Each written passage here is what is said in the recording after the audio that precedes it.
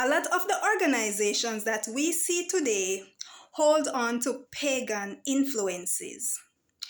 One of those organizations that we will be looking into today is freemasonry. Let's get into it. Because I was no longer actively worshiping the devil. I mean, I thought I was worshiping the true God, but I wasn't. He thought he had found the truth, but he didn't. He thought he was worshiping the creator of heaven and earth, but he wasn't. He had fallen into the arms of the many idols and false gods that are on the face of the earth. So I wrote the Church of Satan, which at that time was in San Francisco. I became a member, a first degree member. And then later on, I went through some exams and studies, and I became a warlock, which was a second degree member of the Church of Satan. First of all, he said, if you really want to understand Luciferian energy, you need to join the Freemasonic order. And he himself was a 33rd degree Mason. He also told me that if you ever felt like we were in deep spiritual trouble, that I should join the Mormon Church, because it was a church that had been started by witches, for witches, that we could hang out in and pretend to be nice. The image of the Mormon Church. They're straight, nice, wonderful, all-American people with happy families and white picket fences and, all of that. But secretly, they believe almost the same doctrines that witches believe. A church that you and your witch friend can hang out and pretend to be nice? You don't say. So I joined the Masonic Lodge, became a Master Mason at the same time as I was a Satanist and a witch. Okay, the basic thing is what's called the Blue Lodge. And that consists of 3 degrees: entered apprentice, fellow craft, and Master Mason. A lot of Masons never go any further than that. I did. But basically, it's like an initiatory process. So they ask you if you believe in God, and I said, yes, I did. And they didn't ask which God I believed in. They just, do you believe in God? And I said, yes. Pagans won't ask which God do you worship. They just say welcome, right? But a set of people who were given a command that there is only one yahuah, Almighty, and Him alone we should worship. Wherever we go, we have to ask. What did you say the name of the Most High is again? Oh, you call him God. Oh, it don't matter. Oh, we're all worshiping the same God? Really? That's what you think? That's also what the pagan enemies of our ancestors also taught. Then you're made to kneel at this altar. Again, you're still blindfolded. And you're made to understand that you're putting your hands on this huge, it's like a pulpit Bible, big King James Bible. And this guy comes forward, this worshipful master, and he says, we're going to lead you through this oath. And I'm not going to go through the whole oath because it takes like 5 minutes, but it's this long, involved, and ultimately blood-curdling oath. And then they remove the blindfold.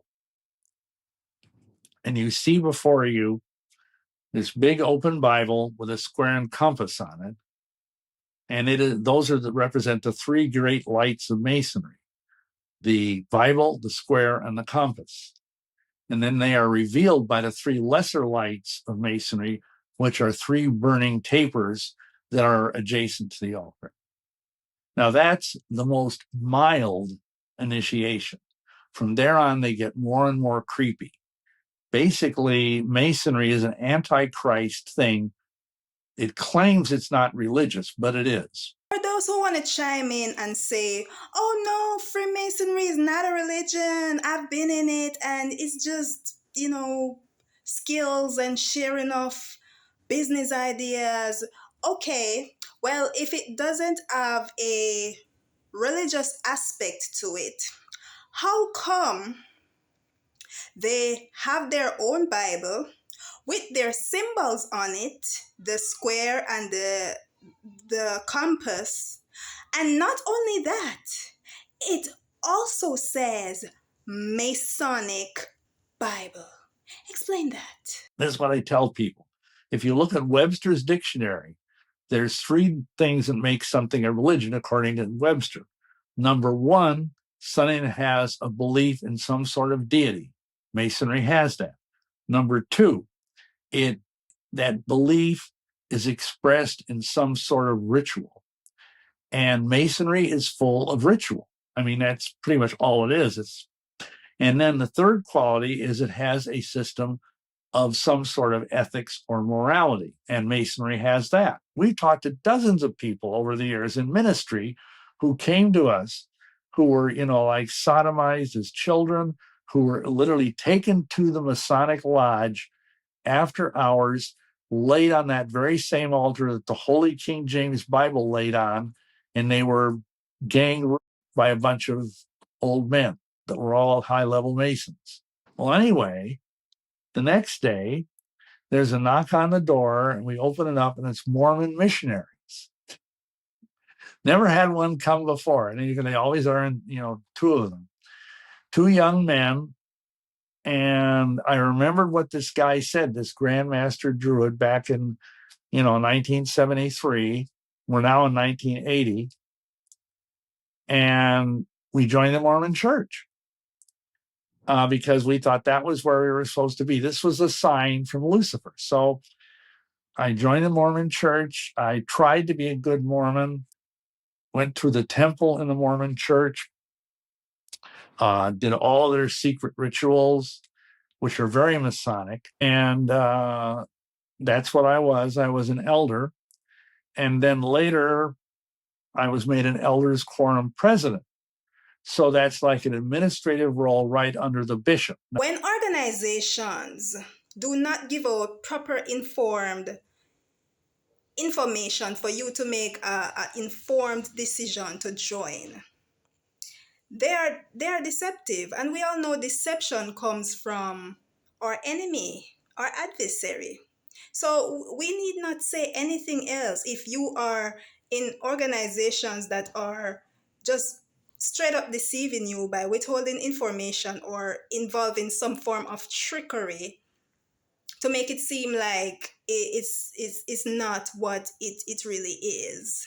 So a lot of these religious organizations have ties with Freemasonry, either because a Freemason started a religious organization or a religious person left religion and they went into Freemasonry to, just like that man said, he was basically teaching spiritual stuff.